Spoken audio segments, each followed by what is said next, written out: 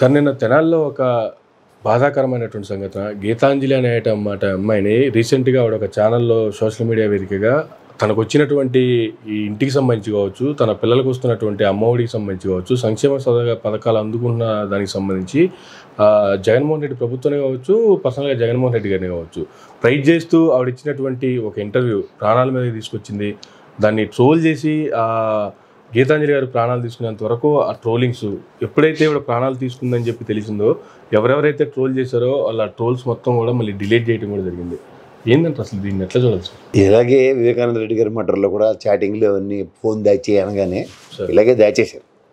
దాచిన తర్వాత forensic department వాళ్ళు, ఇన్వెస్టిగేషన్ డిపార్ట్మెంట్ వాళ్ళు మొత్తం మెసేజ్లన్నీ బయటికి తీశారు.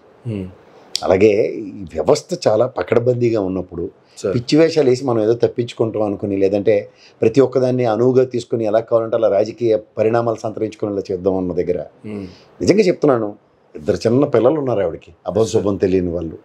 ఏం పాపం చేశారండి? లేని వాడికి ఒక ఇల్లు వస్తే ఏదో ఆ అమ్మాయి తన సంతోషాన్ని వేరే విధంగా వ్యక్తపరుచుకుంది.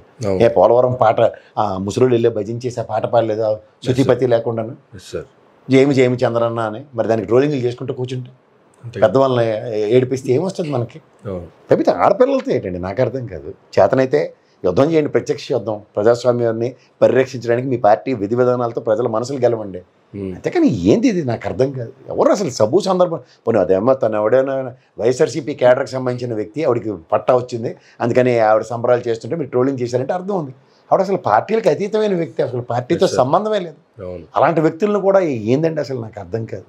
అసలు ఎవరు చేసినది చాలా తప్పండి. అది ఎవరిచ్చారండి హక్కు? అసలు ఆ వ్యక్తిత్వ హననం చేయడానికి ఎవరిచ్చారు హక్కు? అసలు మీరు ఏమన్నా వాళ్ళు ఎవరైనా పెంచి పోషించారా?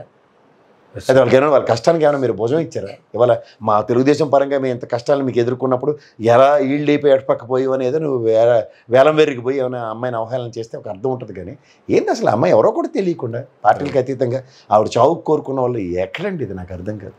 మనసు చాలా సెన్సిటివ్గా ఉంటుందండి ఎవరికైనా సరే. మనసుకు గాయం కలిగితే ఎవడైనా మనిషి అన్నోడు కకావికలం అవుతారు. ఆ కకావికలం అయినప్పుడు అది ఎంత మానసిక సంఘర్షణకు గురవుతారో ఒకసారి తెలుసుకోండి.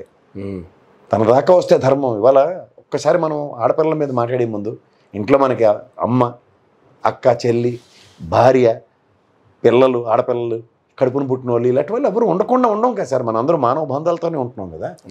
ఏ హక్కు ఉంది మనకి అవతల వాళ్ళని ఒక వ్యక్తిత్వ హననం చేయడానికి? తెలుసో తెలియకో పొరపాట్లు జరుగుతాయి, కానీ ఆ పొరపాట్లు పునరావృతం కాకుండా అయినా నియంత్రించుకోండి. ఎవరిని పడితే వాళ్ళని ఎలా పడితే అలా ఎవరిచ్చారు మనకి? ఈ సోషల్ మాధ్యమంలో అందరికీ హక్కులు ఉన్నాయని చెప్పి ఎవరిని పడితే అని ఏది పడితే అది రాసేస్తానంటే ఎక్కడ? ఎంతవరకు ఇది?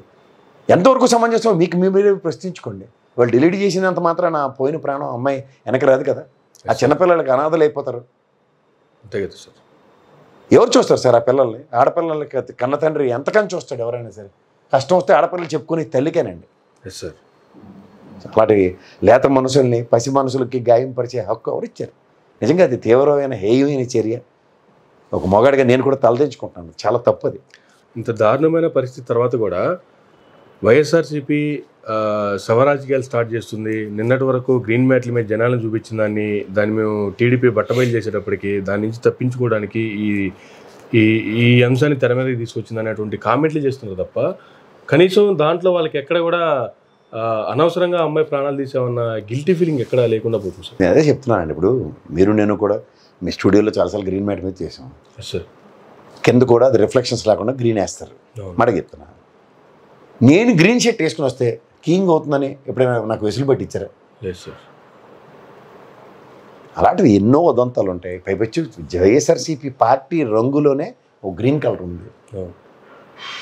నిలబడి గ్రౌండ్ మీద గ్రాఫిక్స్ పెట్టి తీసిన ఉదంతం అయితే నాకు తెలియదు. గ్రీన్ మ్యాట్ వేసిన తర్వాత వెనకట్ల దాని మీద మీరు విజువలైజేషన్స్ చేశారంటే అర్థం. మీరు టెక్నాలజీ కనిపెట్టారు కదా, ఒకసారి ఎక్స్పెరిమెంట్ చేసి చూడండి, మీకే తెలుస్తుంది. అవును, ప్రాక్టికల్గా అవుతుందో అవ్వదు సార్. ఒకటి గ్రీన్ మ్యాట్ వేశారు, ఓకే గ్రీన్ మ్యాట్ వేశారు, దాన్ని you cannot contradict. But road అండి, అటుపక్క దర్శించి ఇటుపక్క ఏమో గుంటూరు దాకా 10 కిలోమీటర్ల పైచీలకు జామ్ అయిన ఉదంతాలు, అశేష జనవాహిని తనంతా తను స్వచ్ఛందంగా తరలి వచ్చింది. అవును, అది గమనించి కూడా ఎందుకు ఈ ఉక్రోషం ఆక్రోధన? మీకైతే రారు, వాళ్ళకైతే వస్తున్నారు. దాని మీద మీకు బాధ ఉంటుంది, ఎవరికి ఆదనలేము. ఆ బాధను వేరే విధంగా వెళ్ళగక్కండి. కానీ ఈ జీవితాలతో ఆడుకోవడానికి, జీవితాలను పణంగా పెట్టడానికి ఎవరిస్తున్నారు మీకు హక్కు?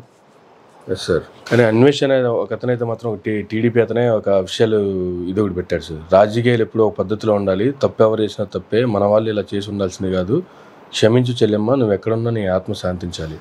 నేను 2 చేతులు దండం పెడుతున్నాను ఆ అబ్బాయికి. మంచి మనసు చాటుకున్నాడు అతను. మానవ సహజం అండి, పొరపాట్లు ఎవరి వల్ల జరుగుతున్నాయి, వాళ్ళని జరుగుతాయి, మీ వల్ల జరుగుతాయి.